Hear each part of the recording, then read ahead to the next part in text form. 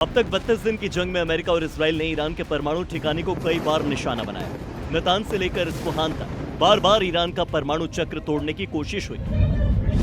Isfahan एटमी plant पर 2000 kilo का bunker buster bomb. इसमें सबसे बड़ा हमला इस्फहान पर हुआ, जिसे ट्रंप ने बड़ी खुशी के साथ सोशल मीडिया पर शेयर किया। ईरान के इस परमाणु सेंटर पर अमेरिका ने अपना सबसे ताकतवर GBU-57 बंकर बस्टर बम गिराया। इस अटैक में परमाणु संयंत्र को कितना नुकसान हुआ है, इसकी पुष्टि तो नहीं हुई, लेकिन परमाणु ठिकानों पर लगातार हमले के बाद ईरान अपने एटमी प्लान पर अड़ गया। वो भले ही 12 साल से संयुक्त राष्ट्र के परमाणु अप्रसार संधि से जुड़ा है, लेकिन इस जंग में परमाणु हथियारों को लेकर पूरी बहस ईरान में बदल चुकी है। ईरान में 60% संवर्धित 440 किलो यूरेनियम है।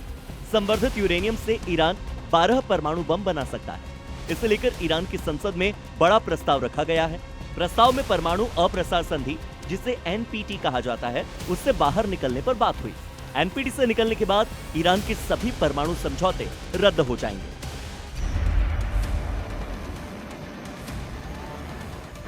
जानकारी के मुताबिक इस प्रस्ताव में देश की परमाणु नीति में बड़े बदलाव शामिल हैं, जिनमें NPT से हटना, पुराने परमाणु समझौतों को रद्द करना और सहयोगी देशों के साथ मिलकर नई परमाणु रणनीति बनाना शामिल है। हालांकि इस प्रस्ताव पर बहस कब होगी और इसे मंजूरी कब मिलेगी, इस पर अभी भी अनिश्चितता बरकरार है। ईरान के NPT से बाहर निकलने के बीच अमेरिका के विदेश मंत्री मार्को रूबियो ने ईरान को चेतावनी दी और कहा कि वो कभी भी परमाणु हथियार नहीं बना सकता। NPT यानी कि परमाणु अप्रसार संधि का मकसद दुनिया में परमाणु हथियारों के प्रसार को रोकना है। परमाणु अप्रसार संधि 1968 में बनाई गई थी। इस संधि के मुताबिक परमाणु ऊर्जा का शांतिपूर्ण मकसद से इस्तेमाल करना था। परमाणु हथियार रखने वाले देश दूसरे देशों को परमाणु हथियार नहीं दे सकते।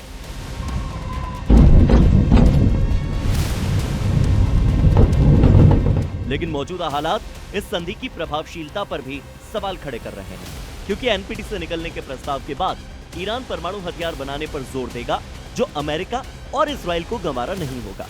इतिहास गवाह रहा है, जब भी परमाणु हथियारों का इस्तेमाल हुआ, तबाही मची है। हिरोशिमा और नागासाकी परमाणु हमले इसकी सबसे बड़ी मिसाल, जिसके बाद दुनिया ने परमाणु हथियारों के खतरे को असल में समझा था। ऐसे में बड़ा सवाल यह है कि क्या मिडिल ईस्ट का ये युद्ध अब परमाणु संकट में बदलने वाला है? और अगर ऐसा होता है तो इसका असर सिर्फ एक क्षेत्र या एक देश तक सीमित नहीं होगा, बल्कि पूरी की पूरी दुनिया इसकी चपेट में आ सकती है। Bureau report, C media.